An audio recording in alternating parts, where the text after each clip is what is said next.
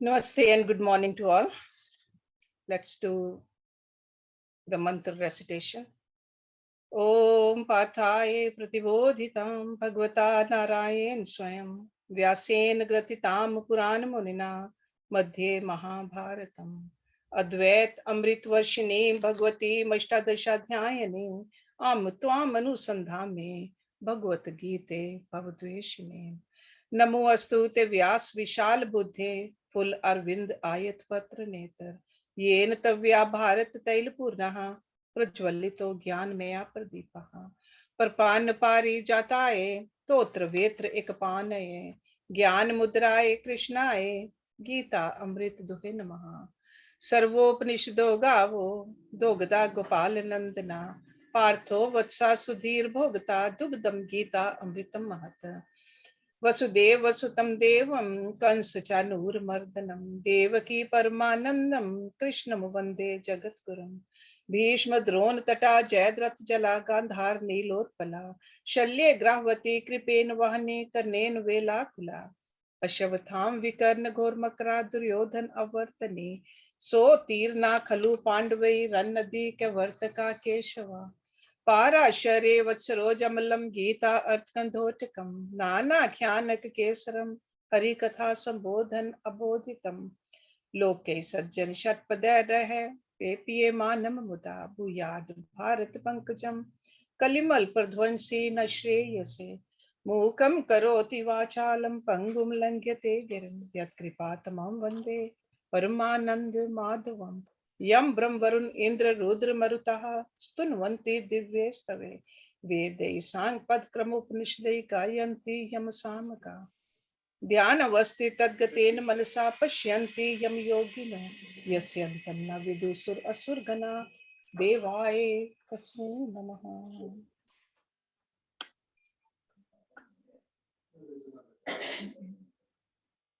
We are on the second chapter of Bhagavad Gita. Sankhya Yoga is the title, and we ended our last class with verse number 30,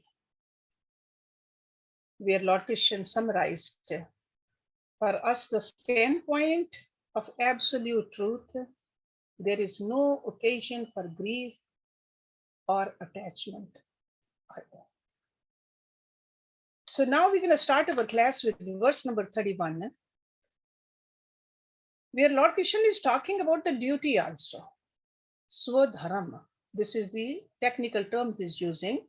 He says, Swadharmam apicha avekshe na vikampitum aharasi dharmyat hi yudhat shreya anyat kshatriyasye na vidyate. Swadharmam, own duty. Api means also, cha means and, avekshaya, looking at. Na is not, vikampitum, to waver. See, kampana means shaking. Over here, shaking of the mind. Okay, so not to waver. Na vikampitum. Aharasi, you should. Dharmyat, righteous. He means indeed. Yudhat, then war. Shreya, higher. Anyat, other. Kshatriyasya, of a kshatriya. Na means not. Vidyate means is. So after giving all those arguments, now Lord Krishna is saying further, looking at your own duty, you ought not to waver. Why? Because there is nothing higher for a kshatriya than a righteous war. So this is an argument he's giving now. See, we all know Swadharma is our duty. At the individual level, we have two kinds of duties. One is called Pardharam, the other one is called Apardharam. Pardharam is spiritual duties. When we are considering ourselves as a soul, what are we supposed to do? And that is to love God, love God's creation, Serve God, serve God's creation. That's a Paradharam. But then there's a Apardharam also. We are in this body. There's a reason we have taken a birth in this body. So we have some material duties. So right now over here, when he says as a Kshatriya, because at the soul level, there's no Brahman, there's no Kshatriya, there's no Vaishya, there's no Shudra. There's no caste, there's no creed, there's no gender. But at the bodily level, we have those distinctions and we got to fulfill those also. So as a Kshatriya, he's saying.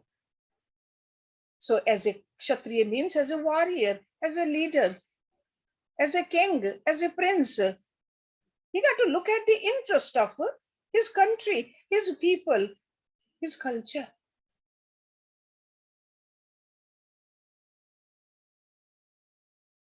Because of our vasanas, because of our inner constitution, mental constitution, I'm talking about, not the constitution of the Atma, that's all the same, but the mental constitution, because of the vasanas, we have taken a birth in a certain body.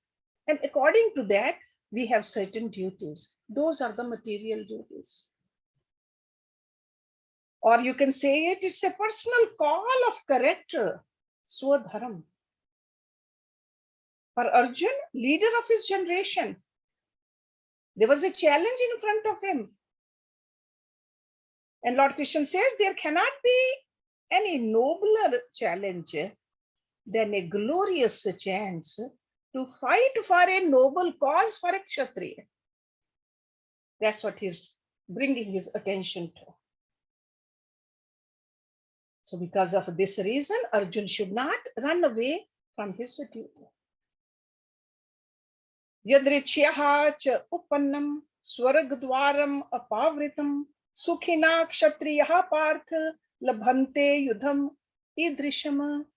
Yadrichya of itself. Cha means and, upannam come. Swaragdwaram, the gate of heaven. Swaragdwar. Apavritam, opened. Sukhina, happy. Kshatriya, we know, Parth, Arjuna. Labhante, obtain. Yudham, battle. Idrisham, such. Happy indeed are the Kshatriyas, O Parth, who are called to fight in such a battle. That comes of itself as an open door to heaven. Okay. There are 18 parvs in Mahabharata. And one of the parv is called Udyog Parva. Over there, it's mentioned clearly that if somebody has committed a sin, by killing that person, if we just let go of that person free, that is a greater sin. So anybody who deserved to be killed and who has the right to kill, sure, a Kshatriya in the battlefield is almost like a policeman catching a murderer, trying to attack the policeman himself. That policeman will not put into jail. That's why this popular saying, ahimsa parmo dharma. Definitely non-violence is the best policy, but dharam hinsa tathevcha. So is violence to protect dharam. So over here, this war was between the dharam and the adharam. For Arjun, for him to just run away, Lord Krishna is saying that will be a sin. Because you are not doing your duty. You are letting this cruelty towards this entire nation, entire culture, you are letting it go. And it's your duty to protect the culture. So Kshatriya is not just a name of a caste. It really indicates a certain quality of the mental vasana. Remember that. Okay, we all have a predominantly certain kind of vasanas. And that is our Swadharma. So it is indeed a fact that it is our duty. And in case we renounce our duty, we will feel guilty.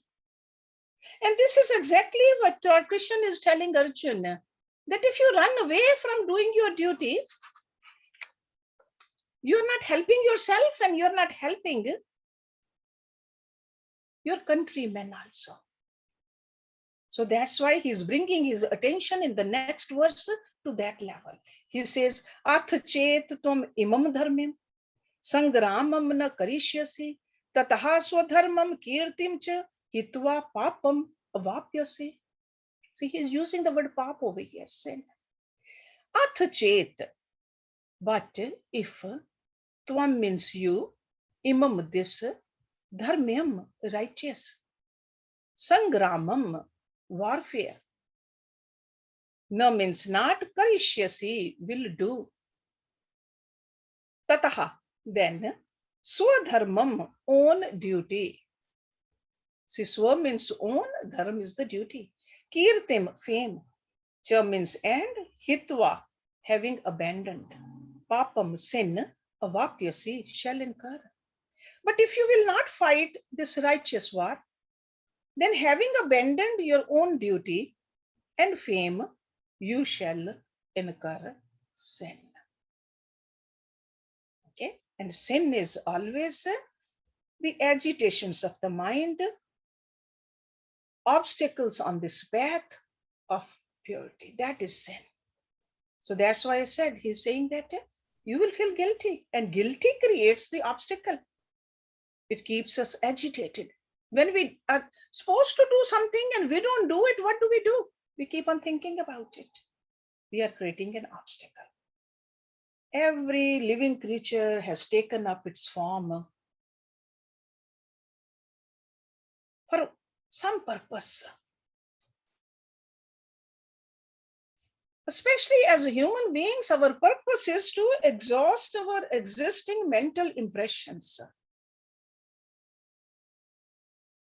This is our purpose, and we just forget that purpose. We are wandering here and there, looking for this and that. And what are we doing with that? Adding more color on our mind.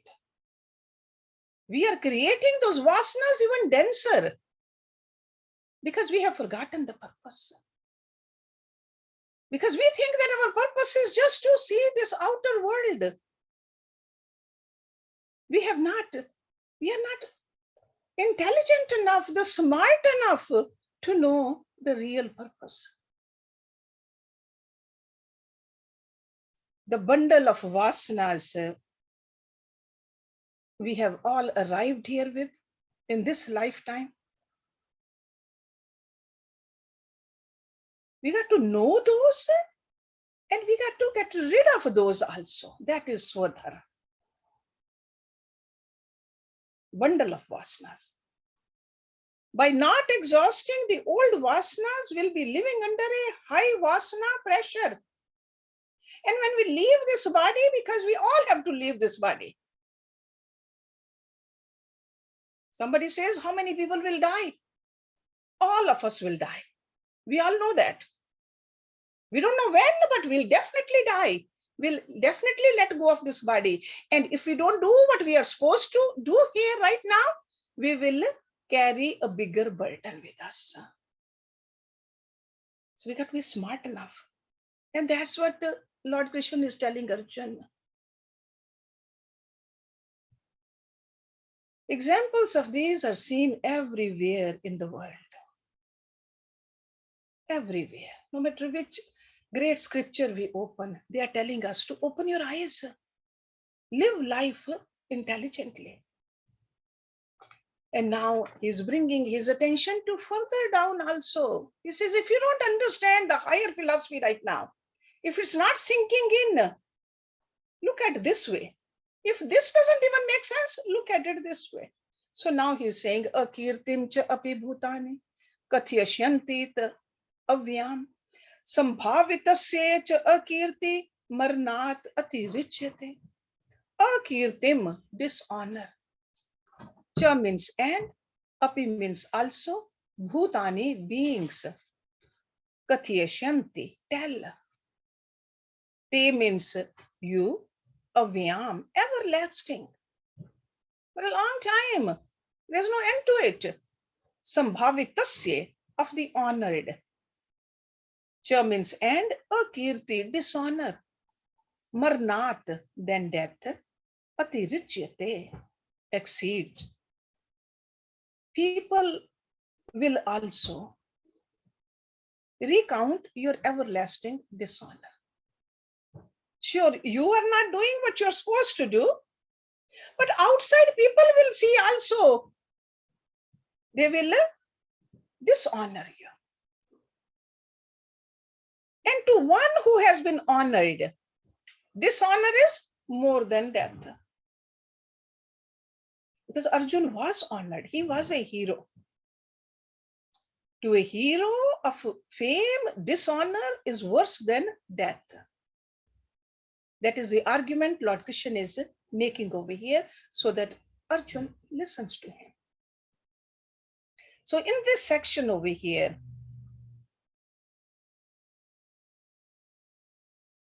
Lord Krishna is bringing Arjun's attention that cause of the war you already know. But because of your own weakness, you want to run away. So now he is bringing this lower level of reasoning for him. Arjun was a very famous warrior. In fact, Bhishma, Pitama, Dronacharya, he was to their level actually in skillfulness in waging this war. One time, Arjun waged a war with Lord Shiva also. Lord Shiva was so pleased with his valor and skill, he rewarded him with his celestial weapon, which is called Pashupat Astra. So that level of a warrior, he wants to run away from this war. So Lord Krishna says, you'll be dishonored. You've been honored before. It's worse than death. Then he says, Bhayat Ranat Upratam Masyante Tvam Maharatha Yesham Ch Tvam Bahumata Bhutva Yasyasi Laghavam. Bhayat, from fear. Bhay means fear. So Bhayat, from fear. Ranat, from the battle. Upratam, withdrawn.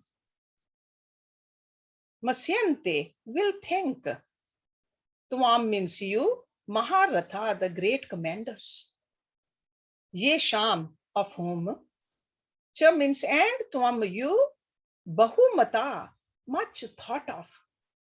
Bhutva, having been. Yasyasi, will receive.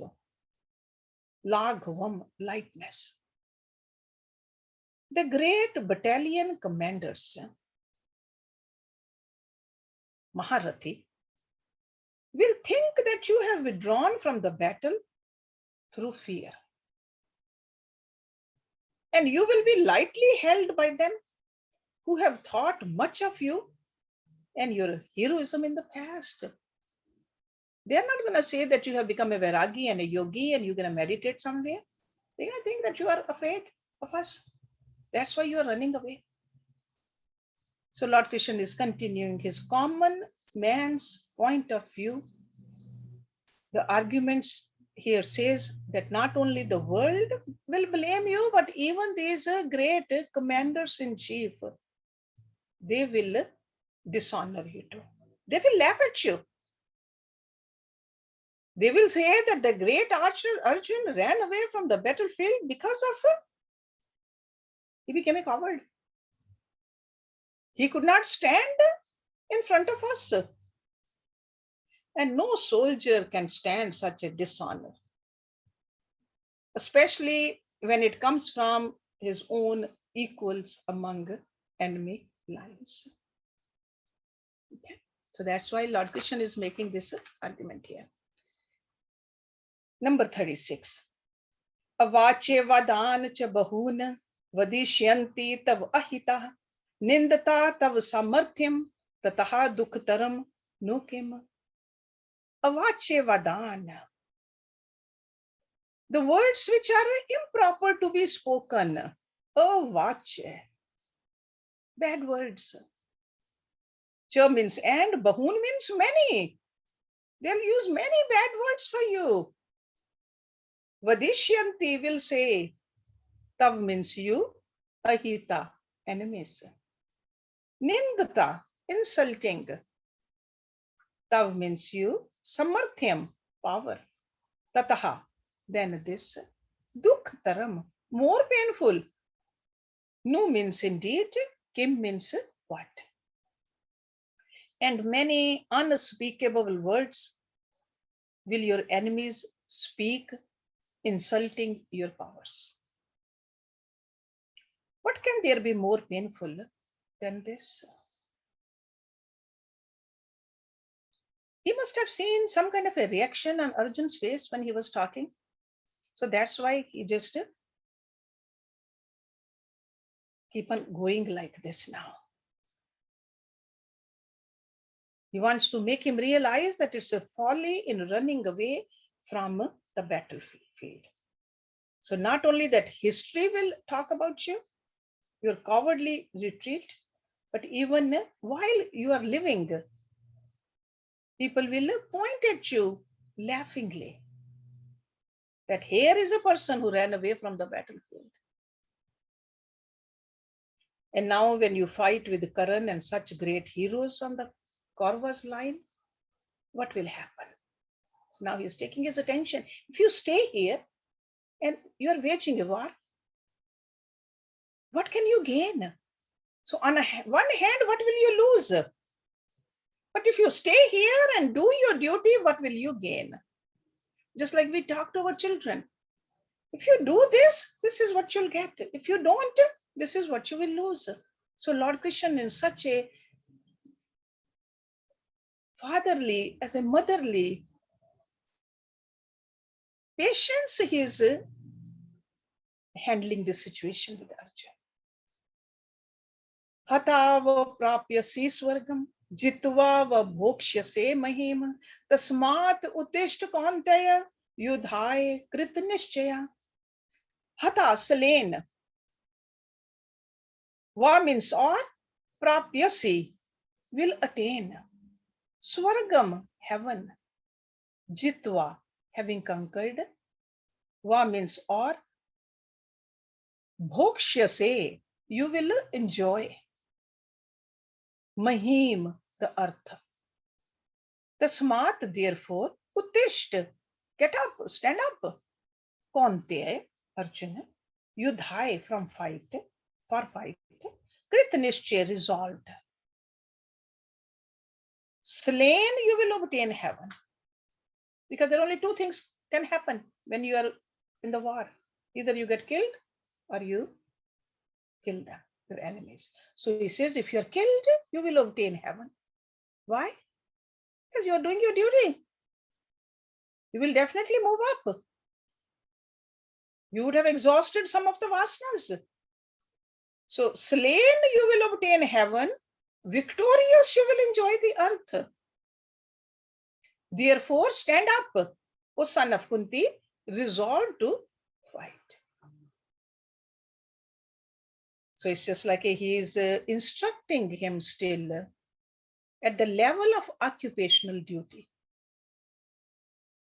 And he is bringing out in this verse the two possibilities which can arise from performing a duty as a warrior.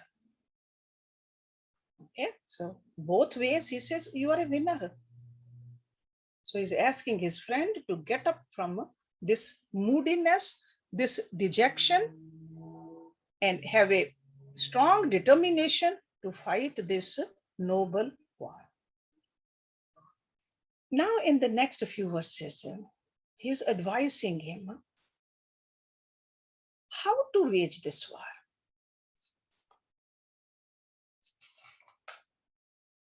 So it's not just only the war, how we do our duties also.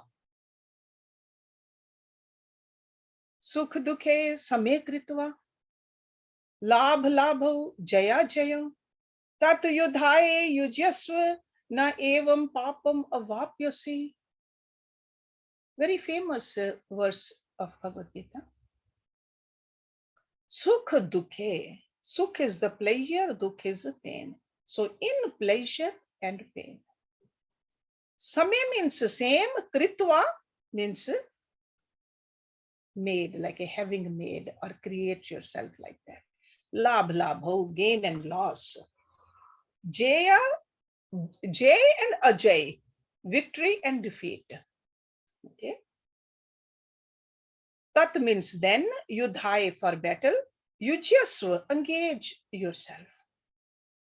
Na not, evam thus, papam sin, obstacle, avapyasi shall occur. Having made pleasure and pain, gain and loss, victory and defeat, the same. You engage in battle for the sake of a battle. So in other words, do your duty for the sake of doing your duty, not because of the result, what you're going to get out of it. Normally, we get motivated from the result. I'm going to exercise because I lose weight. I want to give a charity because I want my name to be written. I want to eat good food so that I enjoy. He's saying, engage in your actions for the sake of the actions. What happens then? You shall win and not incur sin. That's where the winning is. Because actually winning is what? Exhausting our vasanas. That's what the winning is. So from this verse onwards, we have a slight hint about the techniques of Karma Yoga, as is explained in the entire Bhagavad Gita. Or you can say that this is a first direct statement on the technique of self-perfection. Karma Yoga is what? Technique of self-perfection. Because we are here to purify ourselves, we are here to move towards the perfection. So this is the very first statement where he is giving us the technique. Gita is full of techniques also. Gita is full of the high philosophy of the Upanishads also. Gita is a lot of stotram also, where you just, where Arjun sings the glory of Lord Krishna. So we have a mantra also, we have the sutras also, and we have the stotra also in Bhagavad Gita. It's that kind of a textbook. But this is the first time direct statement on the technique of self-perfection. We got to study it very carefully. If we study it carefully and then we can bring it into actions, only then it can be fruitful us. This is not just a history book we are reading. This great scripture is not just about Arjuna, it is about us. So note down this verse to really contemplate upon this week. Sukh dukhe same kritva labh labho jaya jaya. Because most of the times what we do is, we, before even doing any actions, our mind is, am I sukhi or not? Is it painful? No, I don't want to do it. So he says, Sukh dukhe same kritva labh labho jaya jaya. Let's look at pain and pleasure. How do we estimate pain and pleasure? That is our intellectual awareness. Our intellect tells us that it's painful or it's pleasurable. These are the experiences, favorable, unfavorable. Intellect tells us. Because for one person, a certain action could be painful. The same action is very pleasurable for other person. Like a smell of alcohol. Some people can't even take it. The others, they enjoy it. They think they cannot even enjoy parties, weddings without that. The same thing goes for the smoking. So intellect is the one. So it's an intellectual estimation when it comes to pain and pleasure. Gain and loss, they indicate our mental zone. So these are the conceptions, gain and loss. We feel the joy or the sorrow arrival from there, gain and loss. And conquest and defeat. What are those? They are a physical field. Okay? Jay, Vijay. At the level of the body. So he says, just rise above these three layers of your personalities. So Lord Krishna is advising us that we must keep ourselves in equilibrium. This Samay word is for equanimity. In all three different levels of our own existence. Physical level, mental level, intellectual level. That's what Lord Krishna is telling us. Because first he motivated Arjuna from the mundane level.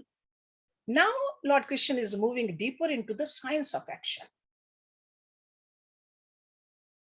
Because Arjuna, in his arguments, he expressed his fear that by killing his enemies, he would incur sin. So that's why Lord Krishna mentioned that also. He addressed that apprehension beautifully. And then he told Arjuna to do your duty without attachment to the fruits of the actions. That's what he is saying over here.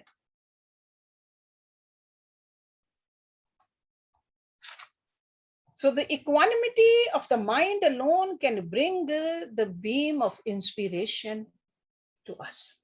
Equanimity.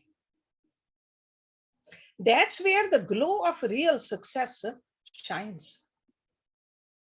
So this is a technique, a yogic technique for our mind and intellect. We can use to keep a steadiness and a poise while we are doing any karma. But I'm not doing it for the sake of pain or pleasure, gain or loss, victory or defeat. I am doing it because I'm supposed to do it. This is my duty to do it. So every challenge in life. See, Arjuna was at a very challenging position right now. Most of the time, we don't have that kind of a challenge in life. We are just doing ordinary work. We can use this technique at that time also. We can spiritually, we can heighten ourselves by keeping this in our mind. So sure, we can look at it from a spiritual standpoint, but we got to look at it from rise above from the intellectual standpoint or reason. From the emotional standpoint also, from ethics and morality, from the physical level of tradition and custom also. But in all of this, we got to look at it. Is there a samata in my mind or not? Am I just keep on fluttering my mind constantly? Because Arjuna came to this delusory miscalculation of the situation because of his sentiments, his attachment to the relatives also, at the same time attachment to the outcome also. So that's why Lord Krishna is saying, Sukh dukhe samay kritva labh labho jaya jaya. Keep yourself perfectly equanimous. So get rid of this attachment. And how can we get rid of the attachment? Because attachment is right now towards the anxieties of the fruits. And it has to be, it is related to the ego also.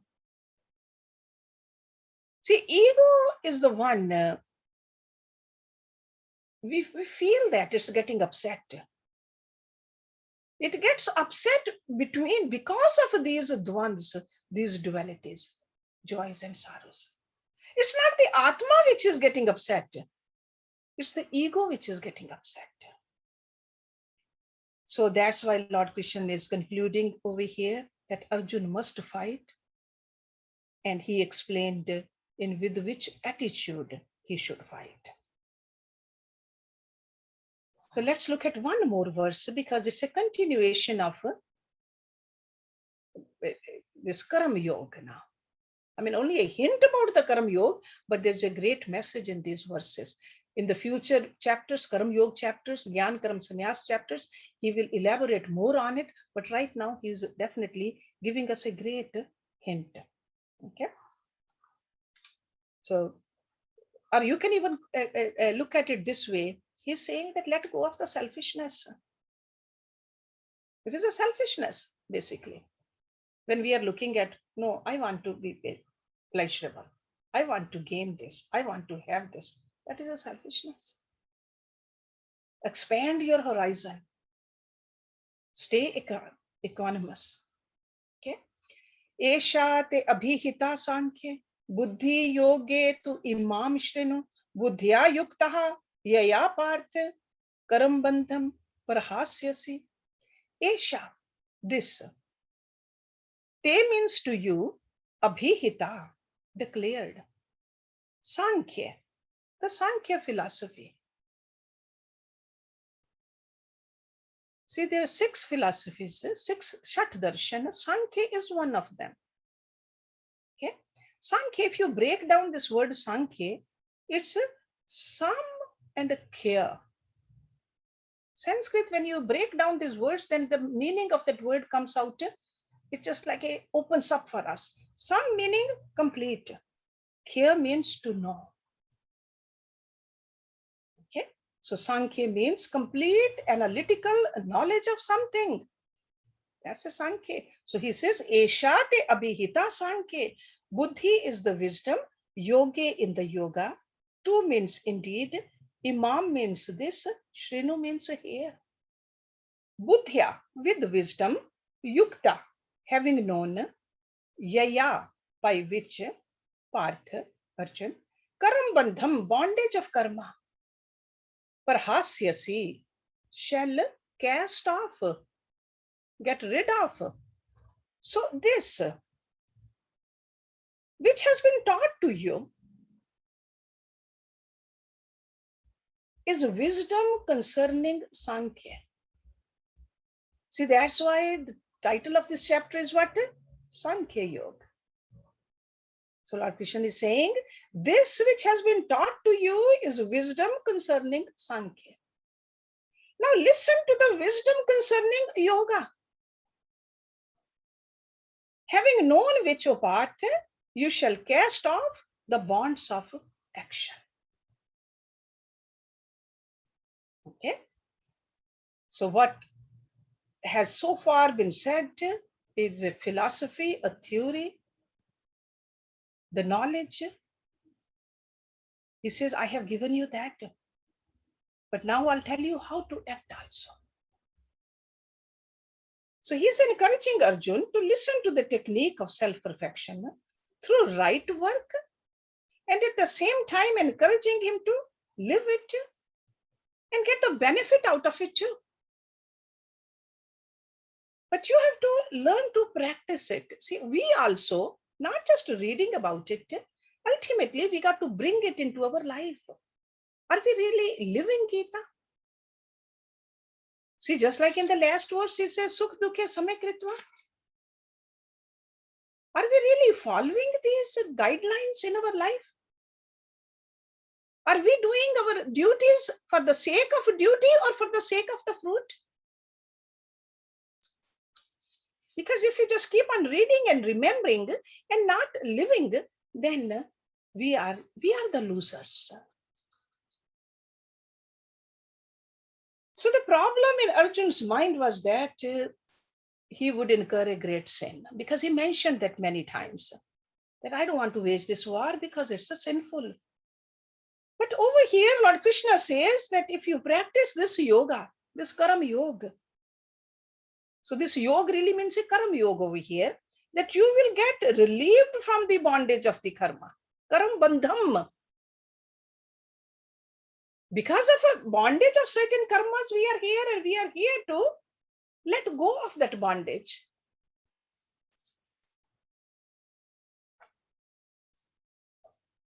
So he is hinting at a truth that action in themselves are neither good nor bad.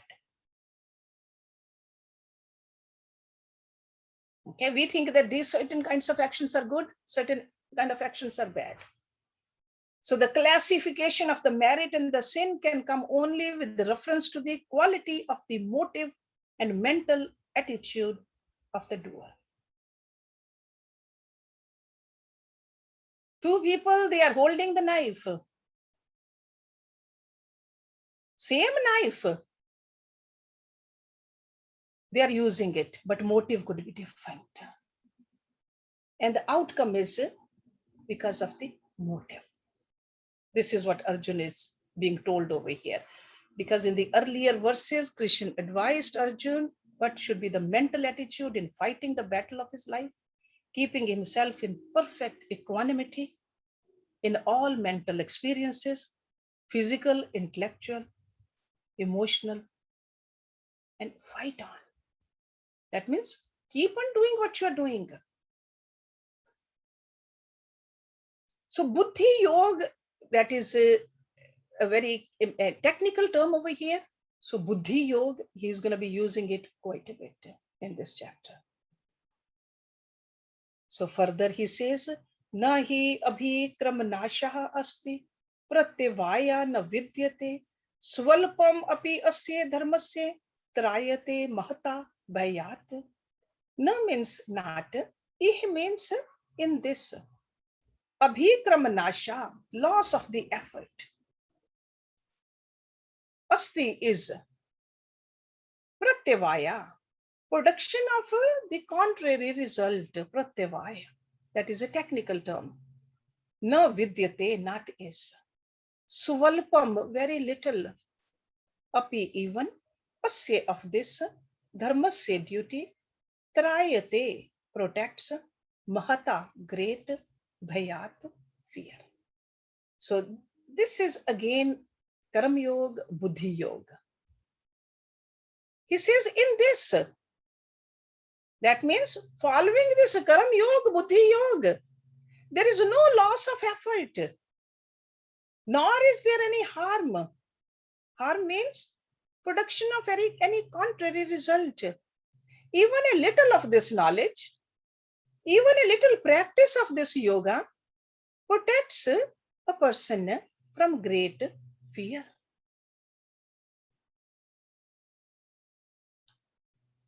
In the Vedic time, when they use the word karam, that means karam kand.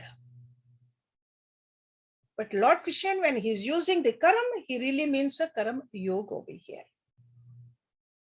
Because when we are doing the karam kand, ritualistic actions, when they are not performed fully, faithfully, with a strict injunction, sometimes the result could be contrary.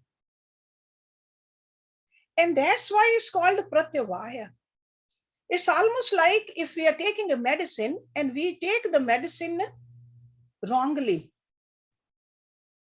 there could be a side effect of it, or there could be a big calamity also. That is a pratyavaya. You do something and you did not do it properly, and this is what happens. But over here, this danger, he says, when you do the karam yoga, buddhi yoga, these dangers are not there. Even if you follow a little bit of this, you will see the positive result of it. You will remove the vasanas from your mind, from your chit, and you will see your own light. So this is what he is trying to tell us. So this is pratyavai. The great danger we face, we normally are afraid of the great danger. And normally we think that great danger, if I do something right now wrong, maybe in next life I'll pay for it. Over here he says, if you do the Karam Yoga properly, then there's no danger at all. In fact, you will be uplifted. You will move to the higher level. So this is the wisdom concerning the Sankhya Yoga, Karam Yoga, and he doesn't stop it here. We'll see that in the next few verses. He's elaborating on it more. Okay, but for all of us this week, just look at it. The actions which you do, what is the, where we are getting the motivation? Is the motivation from the result, what we'll get out of it, then I'm gonna do it? Or the motivation is just my duty to do it? Be a little bit more reflective about that. We do many actions, at least few of the actions. Just sit back and watch. Whether you're calling somebody, whether you're helping somebody, whether you're eating or praying, taking care of somebody, anything you are doing, what is my motivation? What is the motive behind, and where the motivation is coming from? This is our homework for all of us for this week. And next week we'll start from 41. And it's again, I would say, continuation. If you did not understand the Sankhya and the Yoga, which has been described, you will understand it in the next few verses also. Okay. Om Purnamada Purnamidam Purnat Purnamudachyate Purnasya Purnamadaya Purnameva Visheshyate. Om Shanti Shanti Shanti Om. Thank you very much. So now